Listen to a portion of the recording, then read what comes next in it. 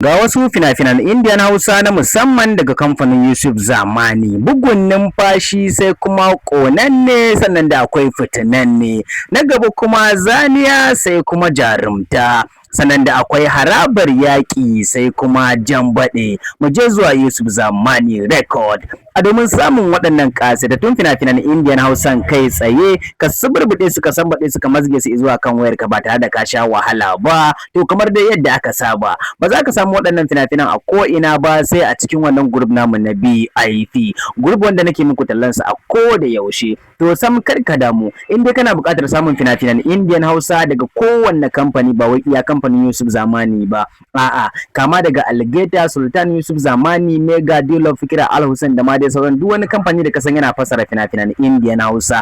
To muddin ka zo ka biya 'yan kuɗin ka aka saka ka a cikin wannan group ɗin, to za ka ci gaba da saukar da fina-finan Indian Hausa har waɗanda suka fita baka same su ba. Da zaran ka ɗauki namban da kake gani a wannan bidiyo, sai ka mana magana akan WhatsApp ko kuma akan Telegram, ka ce ɗan kokiya ni ma ina buƙatar a saka ni a cikin wannan tsarin. Za a tura maka 'yan bayanai da 'yan kuɗin shiga. Da zaran ka bada kuɗin ka, za a saka lambar ka a cikin wannan group ɗin.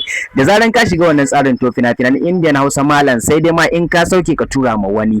Kwarai kuwa, babu wayo babu yaudara, wannan magana ce sashishiya, garanti ne. In dai ka biya 'yan kuɗaɗen ka aka saka ka a cikin wannan group ɗin, to fina-finan Indian Hausa na da na yanzu, duk wasu fina-finai da ka san sun fita baka same su ba, da zaran ka shiga group ɗin zaka gan su barkatai a ciki, sai wanda kake so zaka dinga zaba kana saukarwa. Kamar yadda yanzu mutane sun sani cewa ba a samun fina-finan Indian Hausa akan YouTube ko kuma akan Bidmet, to kawai kargara muka ɗauki namban nan ka mana magana akan WhatsApp, nan take za a saka lambar ka a cikin tsarin da zaka dinga saukar da kowanne fina-finai kake bukata.